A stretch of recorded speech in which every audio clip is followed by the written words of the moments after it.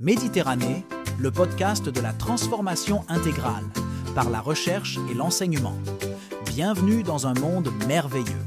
Puisque nous y sommes, écoutez la voix du chercheur qui vous parle. Méditerranée.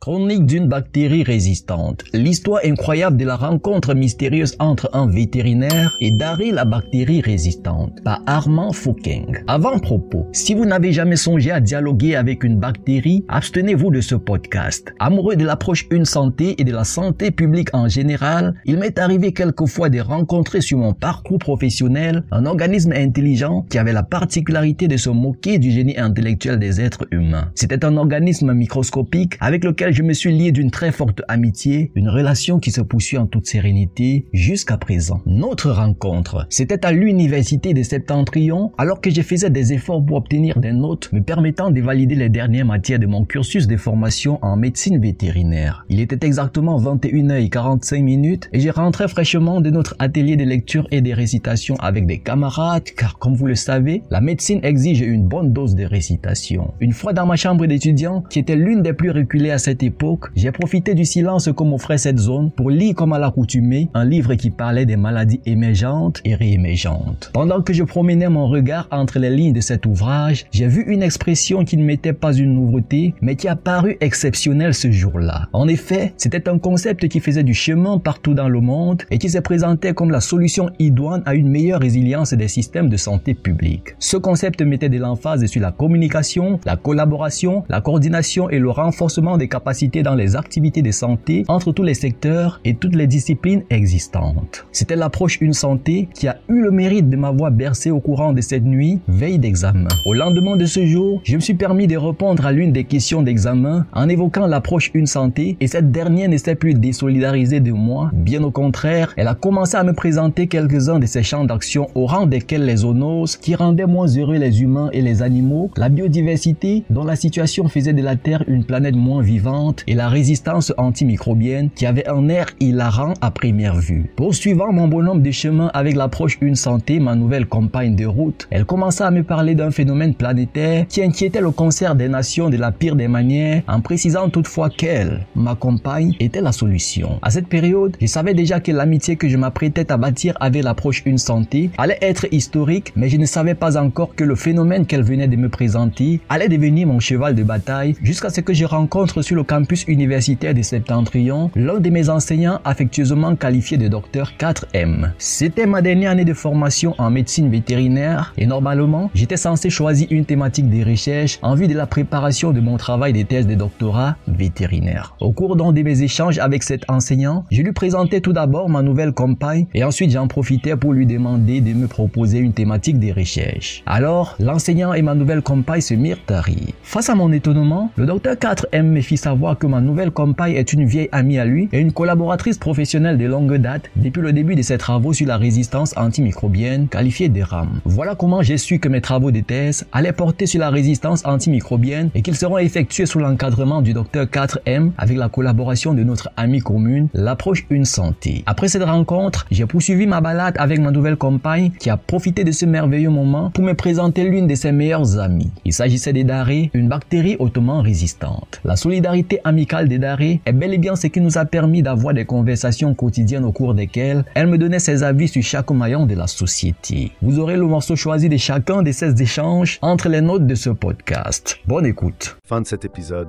Je vous remercie d'être resté à l'écoute. Si vous avez aimé, partagez et laissez vos avis en commentaire. J'étais Armand Fokeng dans vos délicates oreilles.